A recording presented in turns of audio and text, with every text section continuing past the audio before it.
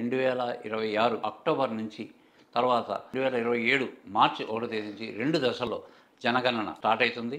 దీంట్లో 2 రకాలుగా ఉన్నాయి. మళ్ళీ ఇది కూడా ముందుగా మనం చూసుకుంటే 2026 అక్టోబర్ 1 తేదీ నుంచి ప్రారంభమయ్యే జనగణన ఎక్కడైతే ఉంటుందంటే శ్రీనగర్, ఉత్తరాఖండ్, హిమాచల్ ప్రదేశ్ వంటి మంచుతో కప్పడిన ప్రదేశాలు ఎక్కడైతే ఉన్నాయో అక్కడ ముందుగా స్టార్ట్ అవుతుంది. దీంతోపాటు కేంద్రపాలిత ప్రాంతాల్లో కూడా జనగణన స్టార్ట్ అవుతుంది. అయితే ఇవి మినహా మిగతా దేశం మొత్తం కూడా 2027 మార్చి 1 తేదీ నుంచి జనగణన ప్రారంభమవుతుంది. ఈ జనగణన విషయంలో ఈసారి 2 విభాగాలుగా 2 దశలు జరుగుతాయి.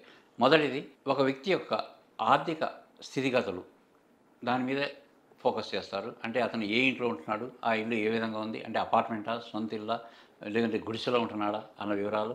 తర్వాత అతని ఇంట్లో ఉన్నటువంటి సౌకర్యాలు, అంటే ఇంధనం ఏ విధంగా ఉపయోగిస్తున్నాడు, గ్యాస్ ఉపయోగిస్తున్నారా, కట్టెల పొయ్యి ఉపయోగిస్తున్నారా, బొగ్గుల పొయ్యి ఉపయోగిస్తున్నారా.